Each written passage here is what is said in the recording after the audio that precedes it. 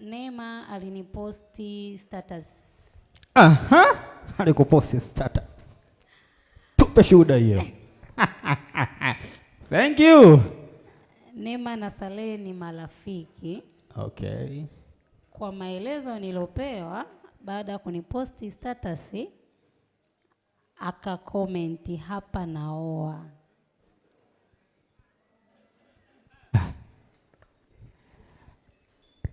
Akakomenti akasema hapo anaoa, si ndio? Yaani kwa vijana wenzangu wanasema kwamba jambo hakutaka kulitia uzito.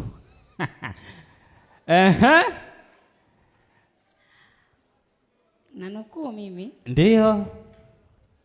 Baada ya hapo aliomba namba. Uacha wewe. Aha, na baada ya kuomba namba, nini ambacho kilifuatia? Kwa bahati nzuri sana mume wangu hakuwa na maneno mengi. Kipindi hicho sikujua kama atakuwa mume wangu. Okay. Alinitumia message mimi kakake Neema. Basi akaishia hapo. Akakaa kama baada ya wiki. Alipitia status zangu, kuna nguo nikawa nimeposti. Akaniambia hiyo nguo na kulipia uvae.